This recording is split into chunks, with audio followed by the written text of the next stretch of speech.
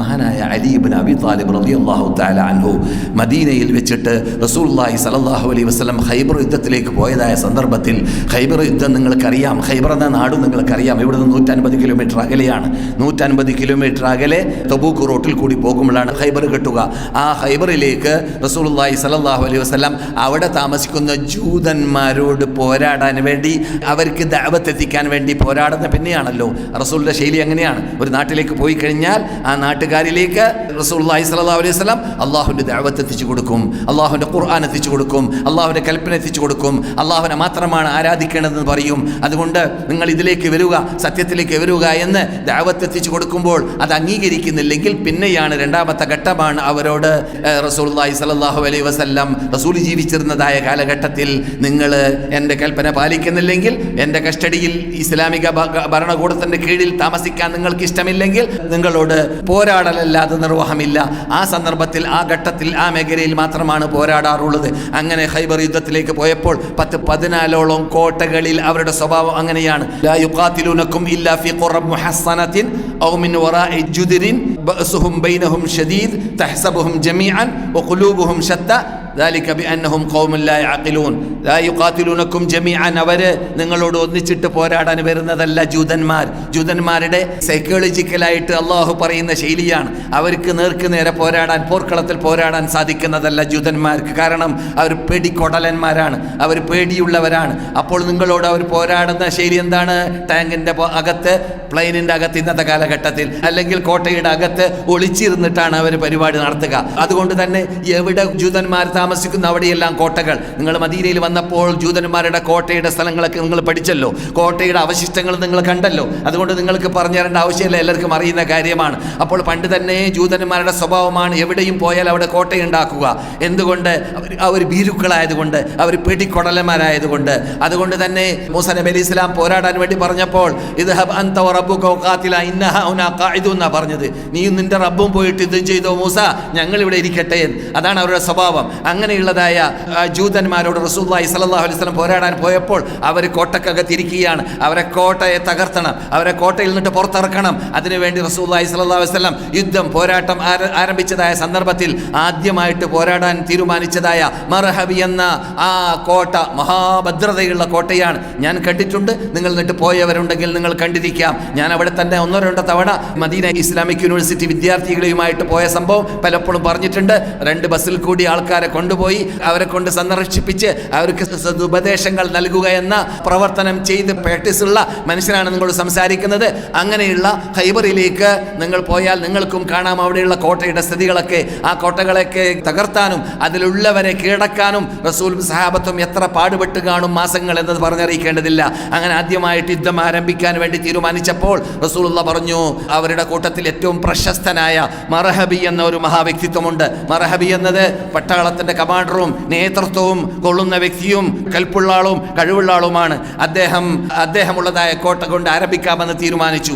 അങ്ങനെ മഹാനായ റസൂലുള്ളാഹി സ്വല്ലല്ലാഹു അലൈഹി വസല്ലം പറഞ്ഞു, നാളെ രാവിലെ ഞാൻ നിങ്ങളുടെ കൂട്ടത്തിൽ നിന്നിട്ട് ഒരു വ്യക്തിയെ സെലക്ട് ചെയ്യാൻ തീരുമാനിച്ചിരിക്കുകയാണ്.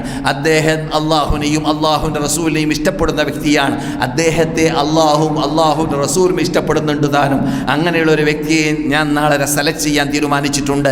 എന്തിനു വേണ്ടിയാണ്? മർഹബ് കോട്ട തകർത്താൻ, മർഹബിനെ കൊല്ലാൻ, അവനെ കഥ കഴിക്കാൻ.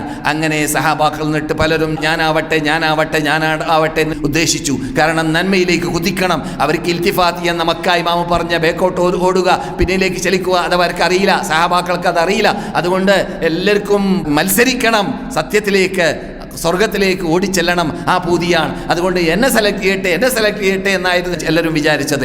രാവിലെയാകുമ്പോൾ റസൂലുള്ളാഹി സ്വല്ലല്ലാഹു അലൈഹി വസല്ലം എവിടെയാണ് അലി എന്ന് ചോദിക്കുകയുണ്ടായി. അലി ഇബ്നു അബി താലിബിൻ്റെ ഗ്രേഡ് പൊങ്ങാനുള്ള ഒരു വേദിയായിട്ട് അള്ളാഹു സെലക്ട് ചെയ്തതായിരിക്കാം. കാരണം ഓരോ സഹാബാക്കൾക്ക് ഓരോ സന്ദർഭങ്ങൾ അള്ളാഹു നൽകലാണ് അള്ളാഹുവിൻ്റെ തൗഫീഖിലൂടെ. അതൊക്കെ നമുക്കറിയാവുന്ന യാഥാർത്ഥ്യമാണ്. അന്ന് ചാൻസ് നൽകപ്പെട്ടത് അലിയിനായിരുന്നു. അലിയിനെ സെലക്ട് ചെയ്യപ്പെടുന്നു. അങ്ങനെ പറയപ്പെട്ട റസൂലെ, അലിയിന് ചെങ്കണ്ണാണ് കണ്ണാണല്ലോ, അവർക്ക് വരാൻ പറ്റൂലല്ലോ, കണ്ണിന് രോഗമാണല്ലോ. ആ സന്ദർഭത്തിൽ എന്താ സംഭവിച്ചത്? റസൂലുള്ളാഹി പറഞ്ഞു അദ്ദേഹത്തെ കൊണ്ടുവരൂ.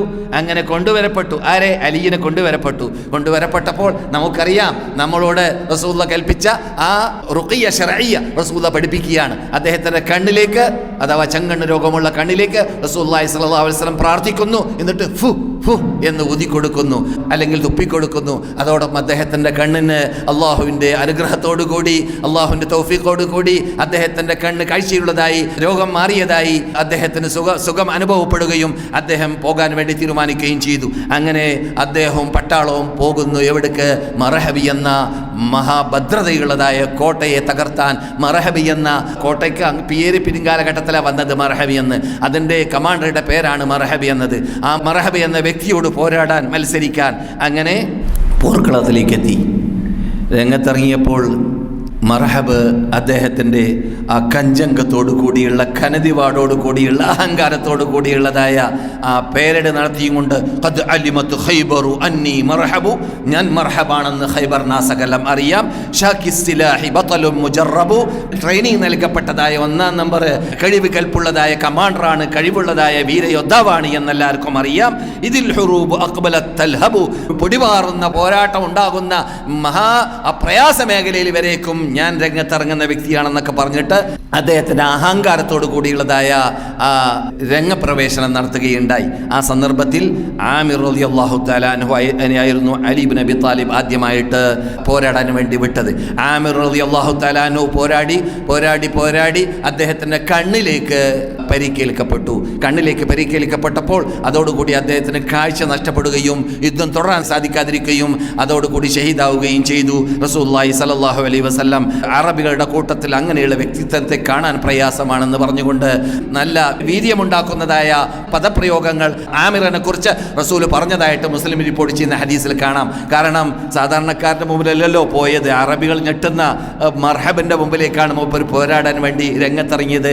കമാൻഡറാകുന്ന അലിയുടെ കൽപ്പന പ്രകാരം പിന്നെ അലി തന്നെ പോകാൻ തീരുമാനിച്ചു. അലി ഇബ്നു അബി താലിബ് അദ്ദേഹം പറഞ്ഞ അതേ ഇശലിൽ തന്നെ പദ്യം പറഞ്ഞുകൊണ്ട് അനല്ലദീ സമ്മത്നി ഉമ്മി ഹൈദറ കലൈസി ഗാബാത്തിൻ കരീഹിൽ മൻദറ ഉഫീഹിമു ബിൽ കൈലി കൈല സന്ദറ എന്ന് പറഞ്ഞുകൊണ്ട് മഹാനായ അലി ഇബ്നു അബി താലിബ് രംഗത്തിറങ്ങി. ഞാൻ ഉമ്മ ചെറുപ്പത്തിലെ ഹൈദറ എന്ന് പേര് വെച്ച വ്യക്തിത്വമാണ്.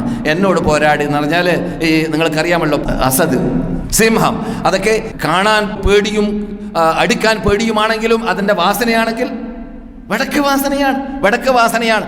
അങ്ങനെയുള്ള അസദിനോട് തുല്യപ്പെടുത്തുകയാണ് മഹാനായ അലി ഇബ്നു അബി താലിബ് അദ്ദേഹത്തിനെ.